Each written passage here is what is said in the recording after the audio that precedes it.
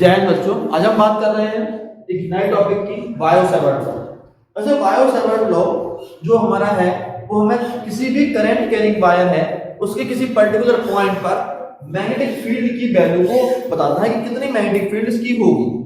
But अब wire की बात कर रहे हैं तो सर वायर स्ट्रेट भी हो सकता है, कर्ल भी हो सकता है और कर्व भी हो सकता है, कुछ भी हो सकता है। तो पहले बायो सेवर्ट लॉ समझ लेते हैं है क्या।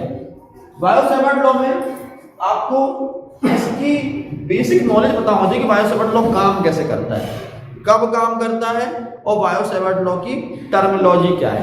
मैं नहीं कह रहा हूँ आप बायो सेवर्ट लॉ रटिए, बस इतना मैं कहूँगा कि बायो सेवर्ट लॉ को अच्छी तरह समझिए, ठीक है ना। चलिए मैं सबसे पहले यहाँ पर बायो सेवर्ट लॉ के लिए एक करंट कैरिंग वायर लेगा। इस वायर है जो कि इसमें करंट फ्लो हो रहा है। चलिए बेटा इस वायर में मैं कह रहा हूँ आई करंट फ्लो हो रहा है। कितना करंट फ्लो हो रहा है? आई करंट फ्लो हो रहा है। मेरे पास एक वायर है और वायर में एक आई करंट फ्लो हो रहा है। अब इस वायर का लंबाई मुझे नहीं पता कितनी है, एक्स लंबाई में मान लीजिए, इतनी लंबाई मान लीजिए, अभी फिलहाल तो आपको इतनी लंबाई दिख रही है। कर्व वायर है, ठीक है ना, हो सकता है स्ट्रेट भी हो सकता है कर्व भी हो, ठीक है। अब मैं आपसे कहूं कि इस वायर पता है आपको यदि किसी वायर में करंट फ्लो होगा तो वो उसके चारों तरफ वर्चुअल सर्कल्स में एक मैग्नेटिक फील्ड जरूर बनेगी। क्या बनेगी? एक मैग्नेटिक फील्ड बनेगी। क्वेश्चन आता है कि इस वायर के इतने पार्ट से, कितने पार्ट से, मैं इस पार्ट पर कर रहा हूं डीएल पार्ट से, कितने पार्ट से? डीएल पार्ट से। इस पी पॉइंट पर, इस पी पॉइंट पर मैग्नेटिक फील्ड की वैल्यू क्या है। दोबारा से समझना कि बायो सेवर्ट लॉ किसको कैलकुलेट कर रहा है। बायो सेवर्ट लॉ कहता है कि बहुत अच्छी कैलकुलेशन बताई, इसमें इंजीनियर कैलकुलेशन बताई कि सर यदि आप चाहो तो पूरे वायर का निकाल दो, एक वायर से इस पी पॉइंट पर, पॉइंट यहाँ पे यहाँ भी हो सकता है, यहाँ हो सकता है, यहाँ हो सकता है, यहाँ हो सकता है, यहाँ हो सकता है। यानी कि बायो सेवर्ट लॉ क्या कह रहा है? बायो सेवर्ट लॉ की हेल्प से हम किसी भी स्पेसिफिक पर्टिकुलर पॉइंट पर डीबी यानी कि मैग्नेटिक फील्ड की स्ट्रेंथ की वैल्यू निकाल सकते हैं, ठीक है ना। अब आते हैं कि कितनी कितनी होगी। सबसे पहले उसने बायो सेवर्ट लॉ ने पूरा वायर ना लेके एक कितना था कि एक करंट कैरिंग वायर उसके डीएल लेंथ एलिमेंट से, कितने लेंथ एलिमेंट से? डीएल लेंथ एलिमेंट से जो मैंने बना रखा है, इससे इस पी पॉइंट पर मैग्नेटिक फील्ड यानी कि डीबी की वैल्यू कितनी होगी, मैग्नेटिक फील्ड की स्ट्रेंथ की वैल्यू कितनी होगी, इसके लिए कैलकुलेशन किसने थी? बायो सेवर्ट लॉ, इसके हिसाब से मैं मिली। अब बायो सेवर्ट ने कहा था कि इसमें जो डीबी है वो याद रखना आपको, डीबी मैग्नेटिक फील्ड की स्ट्रेंथ डायरेक्टली प्रोपोर्शनल टू आई होगी। जितना अधिक करंट फ्लो हो रहा होगा उस वायर में उतनी अधिक मैग्नेटिक फील्ड की स्ट्रेंथ होगी, नंबर 1 बात। दूसरी बात बायो सेवर्ट ने कहा था कि यदि जितनी लंबाई आपके लेंथ एलिमेंट की है वो भी आपकी असर डालेगी किस पर? मैग्नेटिक फील्ड पर। यानी कि दूसरी बात ये समझ में आई कि बायो सेवर्ट ने कहा था कि dB directly proportional to dl length element, dB directly proportional to length element. अब तीसरी बात बायो सेवर्ट के हिसाब से थी कि उस लेंथ एलिमेंट से P पॉइंट तक की दूरी कितनी है, ये डिस्टेंस कितनी है, इस डिस्टेंस की वैल्यू कितनी है, इस डिस्टेंस की बात कर रहा था। यानी कि जो P पॉइंट है वो आपके डीएल लेंथ से कितनी, वायर से लेंथ कितनी भी हो, नहीं मतलब, लेकिन हम जिस एरिया से बात कर रहे हैं उस डीएल लेंथ से P पॉइंट की दूरी के इनवर्स स्क्वायर के डायरेक्टली इनवर्सली प्रोपोर्शनल, यानी कि 1/r square. dB inversely proportional to square distance between the that point and length element. Done. इतनी तो उसने कहा था dB की बात। अब एक चीज और समझना सर, इतनी बात तुम्हें समझ में आ गई। अब मैं आपसे कहूं कि बेटा magnetic field is a vector quantity and then what is the direction, इस पॉइंट पर मैग्नेटिक फील्ड का डायरेक्शन किस ओर अप्लाई करेगा। तो बायो सेवर्ट लॉ के हिसाब से इसका डायरेक्शन यदि हम बात करें तो डायरेक्शन होगा, देखना बेटा मैं लिख देता हूं, डायरेक्शन क्या होगा? dl cross r vector. तब समझना, यानी कि r वेक्टर, अब आपको दिख रहा होगा r क्या है सर? r डिस्टेंस है। लेकिन यदि हम बात करें 3D की, 3 डायमेंशन की, तो आपको पता है r यदि किसी भी पॉइंट को ओरिजिन से मिला दिया जाए तो क्या बनता है, पोजीशन वेक्टर बनता है, ठीक है ना। तो वही क्वेश्चन यहाँ पर बताया जा रहा है कि इस DL लेंथ एलिमेंट और R के बीच का क्रॉस प्रोडक्ट पर किस पर डिपेंड करेगी, क्रॉस प्रोडक्ट पर डिपेंड करेगा DV की डायरेक्शन, क्योंकि डायरेक्शन अलग लिखा है, मैग्नीट्यूड अलग लिखा हुआ है। यदि इन सबको हम मिक्स करते हैं तो हम क्या पाते हैं, देखना बेटा, DV directly proportional to IDL upon R square, ठीक है ना। और सर यदि आप बात करें किसके बारे में, यदि आप बात करें विद डायरेक्शन के बारे में और आप प्रोपोर्शनलिटी साइन हटाएं तो आपको कुछ ना कुछ कांस्टेंट लगाना पड़ेगा। कांस्टेंट क्या होगा वो भी देख लेते हैं, और उसकी निकला कैसे, उसको होता क्या है उसको मैं समझाऊंगा अभी। तो dv इक्वल टू एक कांस्टेंट लगाते हैं म्यू नॉट अपॉन 4 पाई, अभी बताऊंगा जी क्या चीज है mu naught upon 4 pi. Done, तो कांस्टेंट लगा दिया, वैल्यू कितनी होगी I dl, अब बिट में बात कर रहा हूं डायरेक्शन की, तो mu naught upon 4 pi IDL cross R vector upon R square. ये आपके पास फॉर्मूला मिला इसका बायो-सैवर्ट लॉ का। क्या है formula, dv equal to mu naught, dv equal to mu naught upon 4 pi IDL vector cross R unit vector upon R square. यदि आपको पता है यहां पर कि यदि इन सब को, यदि मैं बात करूं एक मैग्नीट्यूड की, तो आप बताया IDL क्रॉस R आपका हो जाएगा sin थीटा, ठीक है ना। तो sin थीटा कहां पर, कौन सा एंगल थीटा होगा, तो इस चीज को समझाता हूं, this angle is known as theta, ठीक है ना। तो आपको यदि हम बात करें dv की, अच्छा मैग्नीट्यूड की, तो dv इक्वल टू हो जाएगा mu naught upon 4 pi IDL sin theta upon R square. इसका कुछ बुक्स में एक फॉर्म और भी दिया है, क्या फॉर्म दिया है थोड़ा देखना बेटा। आप 11th में पढ़ चुके हो R vector equal to R unit vector equal to R vector upon modulus of R, ये आप जानते हो ऑलरेडी।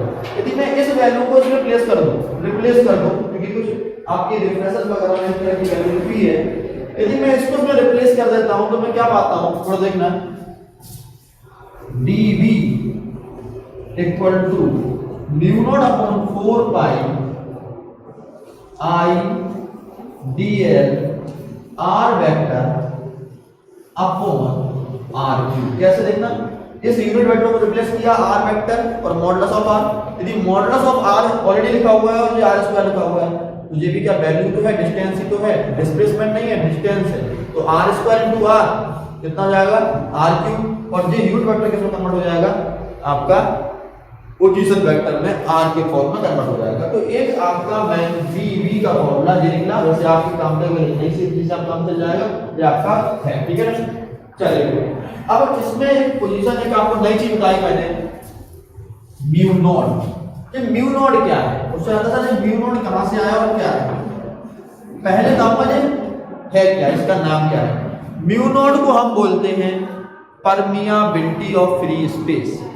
आप सर ये परमियाबिलिटी क्या बवाल है, समझना परमियाबिलिटी कैसे है, सिंपल सी बात समझना। मेरे पास एक वायर है, मैं मान लेता हूं दिस इज माय वायर, ठीक है, मेरे पास एक वायर है, ठीक है ना। वायर के मुझे इस वायर के, जब आपको ब्लैक दिख रहा होगा, इस ब्लैक से इस पूरे वायर में करंट फ्लो हो रहा है, और इस अकेला मुझे इस ब्लैक एलिमेंट से इस P पॉइंट पर मैग्नेटिक फील्ड निकालनी है।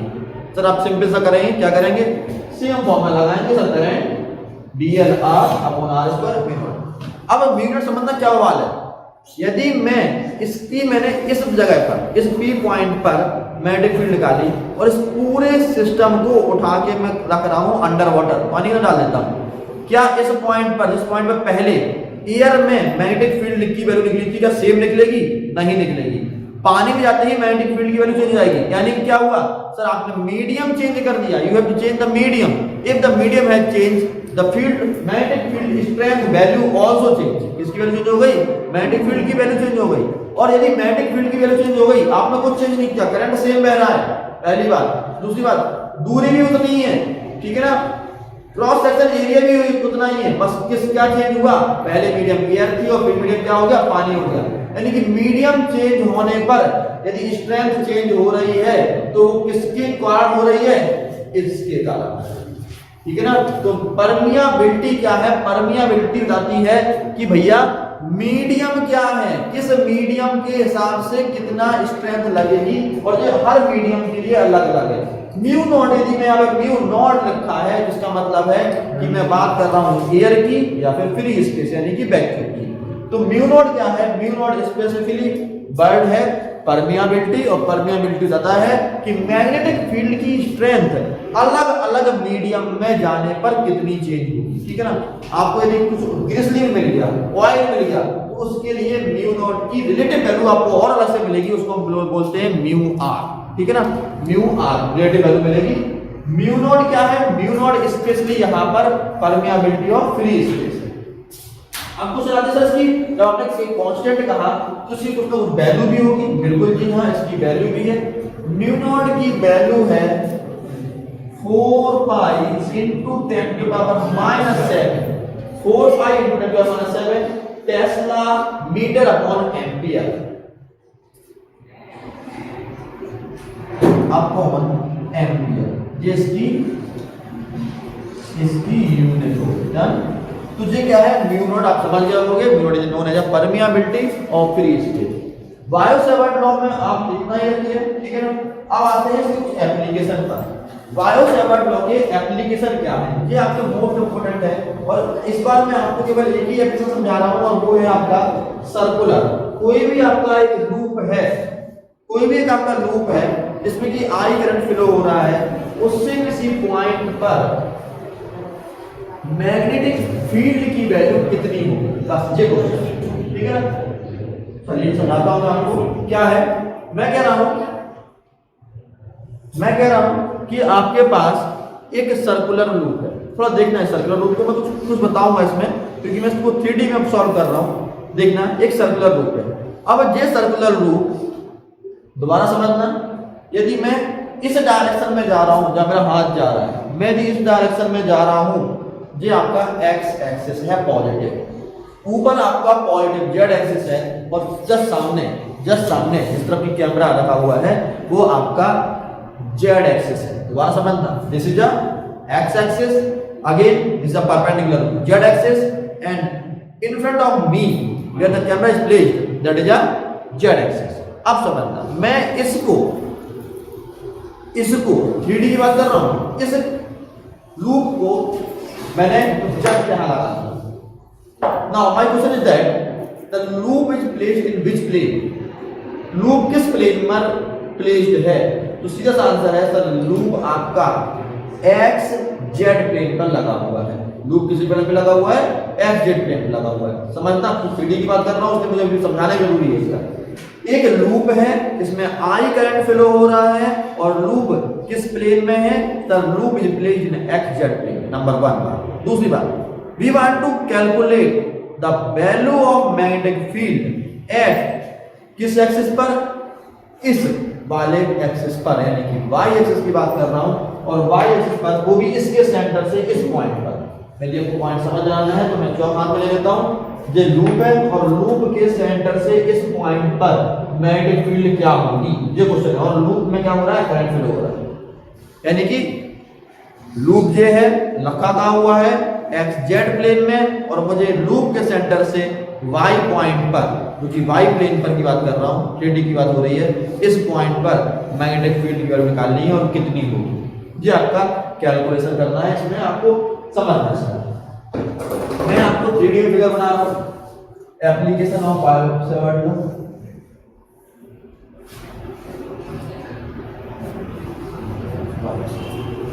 Application of bio Savart law में किसके लिए, सर्कुलर लूप के लिए, ठीक है ना, सर्कुलर लूप की बात कर रहे हैं।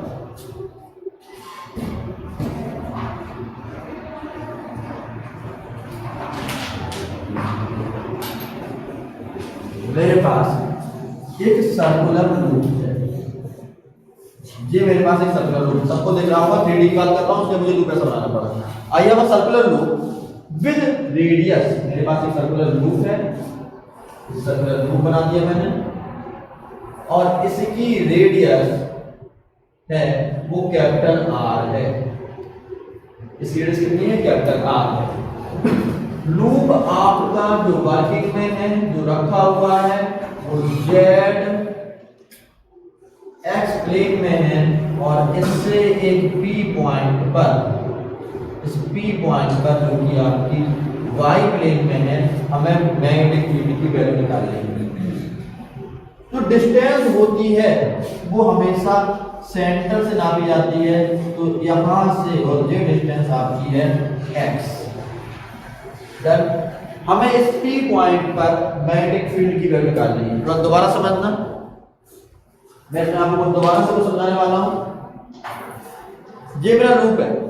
अब इस लूप के मैंने dl छोटे छोटे n नंबर ऑफ टुकड़े काट दिए, और लूप में क्या फ्लो हो रहा है? लूप में हो रहा है फ्लो करंट, यानी कि I current is flowing in the loop and we consider a very small dl element, इसका नाम मैं दे रहा हूँ AB, और इसका नाम क्या है? Sir dl element. मैंने छोटे छोटे पूरे लूप के dl एलिमेंट काटा है। इस पूरे लूप के छोटे छोटे टुकड़े काट दिए dl जिसके मिलके पूरा लूप बना हुआ है। नाउ अब थोड़ा देखो, दोबारा से मैं dl एलिमेंट को इस पेन से दिखा रहा हूं। dl एलिमेंट का जो डायरेक्शन है वो मैं इस पेन से दिखा रहा हूं, सबको दिख गया, ठीक है ना। दूसरा बेटा r जो कि आपको इस पॉइंट पर आपको दूरी होती है, इसको बोलते हैं r, स्मॉल r बोलते हैं। तो यहां पर देखना इस वाली दूरी, ऐसा आपको दिख रहा है कि दूरी कितनी होगी? पाइथागोरस थ्योरम लगा सकते हैं आप इसमें, under root R square plus X square. अब मैं आर स्क्वायर और एक्स स्क्वायर को आपको दिखा रहा हूं 3D में। थोड़ा देखना इस जगह पर, ये पॉइंट आपको दिख रहा होगा, मैं कह रहा हूं इस जगह पर जहां पर ये दोनों मिल रहे हैं, वहां पर इस लूप से, इस डीएल से और इस आर से, आर को दिखाया मैंने ग्रीन लूप दिख रहा है, और जो आपको दूसरा पेन दिख रहा है वो आपका क्या है? डीएल। तो इस पॉइंट पर जहां पे दोनों मिल रहे हैं वहां पर कितने डिग्री का एंगल बना हुआ है? सब दिख रहा है, जैसे एंगल इज 90 डिग्री। इस जगह पर ये देखो एंगल 90 डिग्री है, बिल्कुल है। मैं इस एंगल की बात नहीं कर रहा हूं, मैं इस एंगल की बात नहीं कर रहा हूं, मैं बात कर रहा हूं इस डीएल एलिमेंट और इस वाले के बीच के एंगल। और यहां पर एंगल आपको दिख रहा है, टी पॉइंट दिख रहा है, टी पॉइंट मतलब 90 डिग्री का एंगल। तो यानी कि इस जगह पर जो एंगल बन रहा है वो है आपका 90 डिग्री का एंगल, यानी कि डीएल एलिमेंट P के साथ में जो एंगल बना रहा है वो है 90 डिग्री। 90 डिग्री का एलिमेंट बना। दूसरी बात, इस एंगल को मैं मान रहा हूं this angle is phi, not at theta, this is phi. Done, इसको मैंने भाई माना फाई। अब थोड़ा समझना, अब और समझना, 3D की बात हो रही है, थोड़ा गौर से समझना। मेरे पास डीएल एलिमेंट है, वो इस प्लेन में हो गया। दोबारा देखना, डीएल एलिमेंट है इन दिस प्लेन, इस प्लेन में। डन। लेंथ एलिमेंट मेरा जे वाला प्लेन है, प्लेन समझ रहे हो? इसको मैं प्लेन बोल रहा हूं, इसको जो मेरे हाथ की पाम देख रहे हैं ना, palm is showing the plane. यहां पे मैं ऐसा नहीं लगा रहा हूं, अपनी पाम इस तरह लगा हुआ है। तो DL element in this plane, the palm is sorry R, यानी कि ये R root over R plus X square इस प्लेन में। दो प्लेन आपको कवर हो चुके हैं, एक तो प्लेन जे वाला कवर हो गया, दूसरा प्लेन जब कवर हो गया। अब तीसरी बात आते हैं कि इसका जो डीबी का डायरेक्शन होगा वो होगा तीसरे प्लेन में। तो बताया आपको क्रॉस में होता है, ए क्रॉस बी। वो तीसरा प्लेन क्या होगा? सर एक प्लेन जे कवर्ड हो गया, दूसरा प्लेन जे कवर्ड हो गया, तीसरा प्लेन कौन सा? जे वाला प्लेन बचा। डन। कौन सा प्लेन बचा? जे वाला। दोबारा देखना, सर एक प्लेन जे हट जिसमें जे वाला प्लेन खत्म, ये प्लेन है, ये प्लेन खत्म, दूसरा प्लेन कौन सा खत्म? जे। ऐसे ही बना रहा हूं, ऐसे बना रहा हूं, एक प्लेन जे खत्म पूरा। तो तीसरा डायरेक्शन होगा वो किस प्लेन में होगा? इस डायरेक्शन में होगा, इस प्लेन में, ठीक है ना। तो इसका जो डायरेक्शन होगा डीबी का, वो डायरेक्शन होगा ये डायरेक्शन डीबी। डायरेक्शन कितना होगा? डीबी डायरेक्शन होगा। अब इस डीबी के मैं दो कंपोनेंट तोड़ रहा हूं। एक तो मैं कंपोनेंट तोड़ रहा हूं इसका हॉरिजॉन्टल कंपोनेंट और दूसरा वर्टिकल कंपोनेंट। थोड़ा और देखना, थोड़ा और देखना, डीडी की बात चल रही है, मैं समझा रहा हूं, ठीक है ना। थोड़ा और देखना, और क्या देखना है आपको उसमें,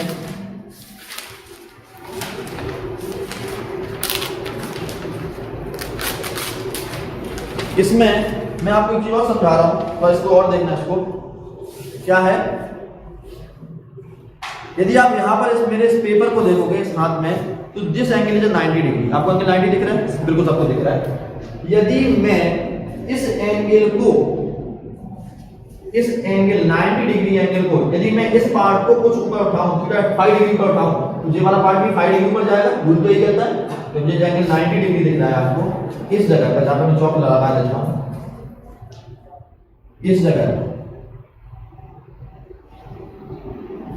जहां पर मैं चौक लगा दी, इस जगह पर जो एंगल आपको 90 डिग्री दिख रहा है, यदि मैं इस वाले प्लेन को ऊपर उठाऊं, झुकाऊं ऊपर की तरफ, तो ये वाला प्लेन भी 90 डिग्री से घूमेगा और इनिशियल से ये भी 5 डिग्री चेंज आएगा। जरा देखना, मैं इस पे रख रहा हूं और इसको मैं मूव करा रहा हूं। मैंने कितना मूव कराया सर? आपने केवल 5 डिग्री मूव कराया, और 5 डिग्री मूव करने पर ये 90 वाला प्लेन भी कहां पहुंच गया? डी पे पहुंच गया। यानी इसका मतलब ये है तो ये एंगल भी कितना हो गया? 5 हो गया। दोबारा समझना, यदि मैं इस एंगल को मूव करा रहा हूं तो ये वाला एंगल भी मेरा 90 वाले एंगल भी घूम रहा है। यदि मैंने इसको इस वाले एंगल को 5 डिग्री मूव कराया तो मेरी 90 डिग्री वाला भी 5 डिग्री मूव करेगा, यानी कि ये एंगल भी मेरा 5 होगा। मैं एक भी पॉइंट मिस नहीं कर रहा हूं, ध्यान रखना, ना कोई जल्दबाजी, मैं आराम से बता रहा हूं चीज को कि ये भी मेरा कितना हो गया? 5 डिग्री मूव कर गया। टूल तो यही कहता है भाई 5 डिग्री मूव कर गया। अब क्योंकि सर हमने प्रूव भी कर दिया एक सेट स्क्वायर की हेल्प से, मतलब सेट स्क्वायर बनाया था मैंने, सेट स्क्वायर की हेल्प से मैंने प्रूव भी कर दिया। अब मेरा क्वेश्चन है कि ये एंगल कितना होगा? ये एंगल होगा आपका 90 माइनस 5, 90 माइनस 5। अभी और भी आएंगे, इसमें कुछ और भी काम होगा, थोड़ा देखना, थोड़ा समझना, क्योंकि 90 माइनस 5 आपका ये एंगल हो गया। अब मैं कहूं कि इस डीवी का ये वाला पार्ट, कौन सा वाला पार्ट? ये वर्टिकल, कौन सा वाला? हॉरिजॉन्टल वाला पार्ट। दोबारा समझना, डीवी का हॉरिजॉन्टल वाला पार्ट कितना होगा? आप पढ़ चुके हो, क्या पढ़ चुके हो कि हॉरिजॉन्टल कंपोनेंट की हम बात करें तो किसमें आती है? कॉस में आती है, ठीक है ना। तो आपको पता है, यदि मैं कहूं कि ये डीवी का हॉरिजॉन्टल पार्ट कितना होगा, आप कहोगे सर डीवी का जो हॉरिजॉन्टल वाला पार्ट होगा, मैं एक्स लिख रहा हूं, हॉरिजॉन्टल पार्ट कितना होगा? DV cos theta, sorry theta लिख रहा हूं पहले तो मैं, cos थीटा, बट यहां पे थीटा की वैल्यू कितनी है? 90 माइनस 5, मैं बिल्कुल वही लिख रहा हूं। ये कितना जाएगा? dv cos 90 माइनस 5, और यदि मैं यहां से कहूं तो अब तक cos 90 माइनस 5 कितना होता है? sin 5, ठीक है ना। तो ये हो जाएगा dv sin 5। दोबारा देखना बेटा, यानी कि ये वाला कंपोनेंट हो गया आपका, क्योंकि बहुत से बच्चे भी कंफ्यूज रहते हैं कि sin कैसे हो गया, तो cos मान लीजिए dv sin 5। किसी भी बुक में नहीं होगा कि इस तरह समझाने का तरीका मैं आपको 100% बता रहा हूं, किसी बुक में नहीं समझाया गया है कि आपको 5 यहां से ऊपर बढ़ाया तो ये 5 होगा और ये 5 होगा, जो 90 माइनस 5 होगा। किसी बुक में नहीं है, क्योंकि मेरे पास मैं कम से कम 10 बुक्स पर एनालिसिस कर चुका हूं, किसी में समझाने की कोशिश नहीं करी। क्या वैल्यू डाली है कि ये वाली वैल्यू dv sin है, जबकि बच्चे हमेशा जानते हैं कि सर जहां कहीं बेस आता है वहां पर हमेशा cos होता है। लेकिन देखना यहां पर sin क्यों हुआ? क्योंकि ये 90 माइनस थीटा 90 माइनस 5 था, इसलिए, ठीक है ना। आप बहुत ज्यादा कंफ्यूज हो जाएंगे, किसी बुक में नहीं है, किसी डिप्रेशन में नहीं है, इसलिए मैं बार बार इस पर फोर्स कर रहा हूं, ठीक है ना। नेक्स्ट, यदि यही इसी तरह की हम बात करें इस कंपोनेंट की, इस कंपोनेंट की, तो ये कंपोनेंट कितना हो जाएगा? dv sin 90 माइनस 5, और sin 90 माइनस 5 कितना जाएगा? cos 5। तो ये वाला कंपोनेंट जाएगा dv cos 5, कितना जाएगा? dv cos 5।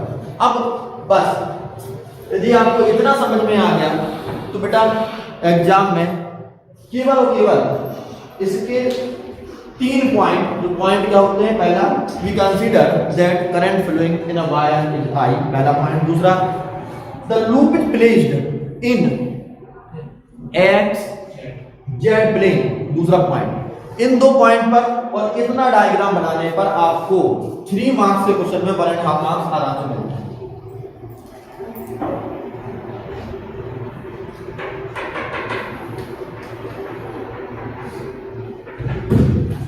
इतना आपको समझ में आ गया। अब देखना, मैंने एक एलिमेंट कहां लिया था, देखना dl ऊपर एलिमेंट लिया था। यदि मैं कहूं कि पूरा वायर dl एलिमेंट से मिलकर बना है, तो एक dl यहां होगा सर, एक dl यहां होगा, एक dl यहां होगा, एक dl यहां पर भी होगा, 100% यहां पर होगा। और ड्यू टू सिमेट्री होने की वजह से एक अगली बार यदि मैं dl यहां पर लूं, जहां पे मैंने बना दिया, अगली बार dl यहां पर लूं, तो उसका एक कंपोनेंट तो z टूटेगा और दूसरा कंपोनेंट कहां होगा? नीचे होगा, नीचे होगा। और सिमेट्री होने से dv cos i नाम का कंपोनेंट एक दूसरे पर कैंसिल आउट हो जाएगा और वर्किंग कौन करेगा?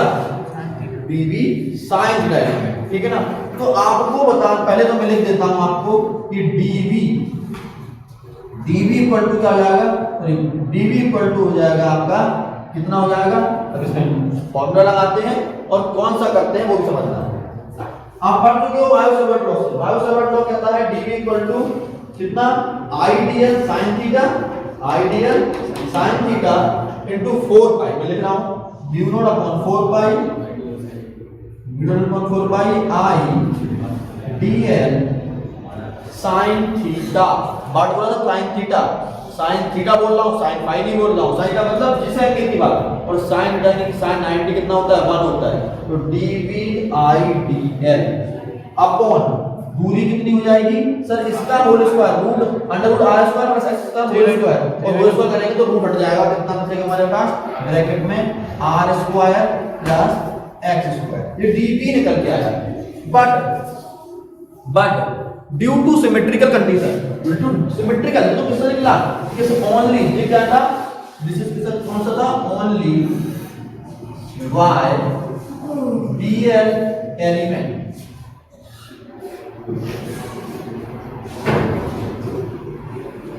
dl एलिमेंट से इतना dv निकला। यदि मैं कहूं पूरे सर्कल से कितना निकलेगा, तो सर्कल से आप क्या करेंगे, तो सर्कल से n number of dl element है, तो सर्कल को हम क्या करेंगे, पूरे का हम करेंगे तो dv cos थीटा एक दूसरे को सिमेट्री होने से काट देगा, और असर किसका होगा, dv sin थीटा ओनली। तो हम यदि अगले पार्ट पर लेंगे फॉर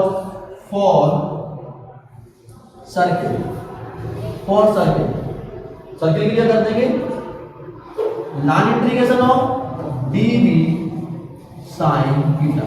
लाइन से क्यों किया, क्योंकि पूरा circle dl dl dl dl less element से मिलकर बनता है। एक dv की वैल्यू इतनी आ गई तो पूरे सर्कल को क्या करेंगे, लिमिट लगा के, या फिर आप सिंपली करता हूं तो पूरे सर्कल का करो 0 टू, इसके लिए r लगा के 0 टू कैपिटल R लिमिट लगा के सॉल्व कर देंगे, 0 टू कैपिटल R लिमिट लगा के उसको इंटीग्रेट कर देंगे, तो हमारे पास पूरे सर्कल की वैल्यू निकल आएगी। तो sin का ही क्यों किया, cos क्यों नहीं किया, क्योंकि cos कंपोनेंट सिमेट्री होने पर हट गया। चलिए मैं पुट कर देते हैं, यानी कि मैं लिखता हूं b equal to line integration of mu naught upon 4 pi done i dl upon r square plus x square into sin phi, sin theta थी sin फाई, ठीक है ना, sin फाई। अब यहां से यदि मैं पढ़ चुके हैं ऑलरेडी 10th क्लास में, sin फाई इक्वल टू होगा perpendicular upon hypotenuse. Perpendicular value कितनी है r, और हाइपोटेन्यूज की वैल्यू कितनी है root over r square plus x square. देखना मैं वैल्यू पुट कर रहा हूं, यहां पर मैं यहां पे वैल्यू पुट कर रहा हूं, और आपका डेरिवेशन अगले 3 स्टेप बाद सॉल्व हो जाएगा, और मोस्ट इंपोर्टेंट डेरिवेशन है यहां पर, ठीक है। कैसे देखना बेटा, b इक्वल टू लिमिट भी लगा देता हूं 0 to r, b equal to कितना हुआ मेरा, म्यू नॉट कांस्टेंट सर बाहर आ गया, 4 पाई कांस्टेंट सर वो भी बाहर आ गया, i भी कांस्टेंट सर बाहर आ गया, ठीक है ना, चले गए। अब मैं लिख रहा हूं line integration of 0 to capital R dl upon r square plus x square into r upon under root r square plus x square. ये r स्क्वायर प्लस कहां से आया, ये आ गया sin फाई की वैल्यू, तो sin फाई की वैल्यू यहां पर प्लेस कर दो। sin फाई इक्वल टू क्या हुआ, perpendicular upon hypotenuse equal to. अब देखो बेटा, रेडियस सर्कल की चेंज नहीं हो रही है, फिक्स है, तो ये भी कांस्टेंट में आएगा, और दूसरा x दूरी भी मैं कम ज्यादा नहीं कर रहा हूं, फिक्स पॉइंट की बात कर रहा हूं, तो ये भी कांस्टेंट में आएगा। यानी मुझे r स्क्वायर x स्क्वायर और इन दोनों को भी बाहर निकालना पड़ेगा, और इस r को भी बाहर निकालना पड़ेगा, यानी कि b इक्वल टू कितना हो जाएगा, mu naught upon 4 pi i r upon, पूरा देखना r square plus x square की पावर 1 है, यहां पावर 1/2 है, 1 + 1/2 3/2 होता है, ठीक है ना। तो मैं यहां लिख रहा हूं ब्रैकेट में r square plus x square की power 3/2 into line integration of 0 to r dl। पूरे सर्कल की लाइन इंटीग्रेशन कर दी मैंने dl लगा के, लिमिट लगा के 0 टू r लगा के। यदि हम बात करें तो पूरे सर्कल की यहां से और यहां तक की लंबाई कितनी होगी, तो दिमाग तुरंत बोलता है this is the perimeter of a circle, और पेरीमीटर ऑफ सर्किल कितनी होगी 2 pi r। We place this value, this entire value, इसके ऊपर 0 to r limit, 0 to r dl के हम क्या लिख देंगे 2 पाई r लिख देंगे, तो हमें b कितना मिलेगा, और यही आपका फाइनल कंक्लूजन है mu naught upon 4 pi i r upon bracket में r square plus x square की पावर 3/2 इनटू कितना लगा मिला 2 पाई कैपिटल R, क्योंकि रेडियस कैपिटल R है, कुछ कटा उसे काट लेते हैं, एक तो पाई से पाई कैंसिल आउट हुआ, 2 से आपका 4 कैंसिल आउट हुआ, और आप यदि एनसीईआरटी आपके हाथ में है तो आप मैथ कर सकते हैं एनसीईआरटी में कि v इक्वल टू कितना होगा, v equal to mu naught upon 2 done I, और ये r और r कितना हो गया r स्क्वायर अपॉन ब्रैकेट में r square plus x square की पावर 3/2। ये कितनी वैल्यू हुई, तो किसी भी कोई भी सर्कुलर लूप है, कोई भी सर्कुलर लूप इस लूप से इस पॉइंट पर निकलने वाली मैग्नेटिक फील्ड की वैल्यू, आई थिंक आपको बहुत समझ में आ गया होगा, समझ में नहीं आया उस वीडियो को रिवाइंड करके तैयार करेगा, ठीक है ना। और मैं कहता हूं कि ये आपके लिए मोस्ट इंपॉर्टेंट है, आप इसे बहुत अच्छी तरह याद तैयार कर लीजिए। मुझे ज्यादा लगता है कि इसे इस बार बोर्ड में आना चाहिए। तब तक के लिए जय हिंद, गुड लक।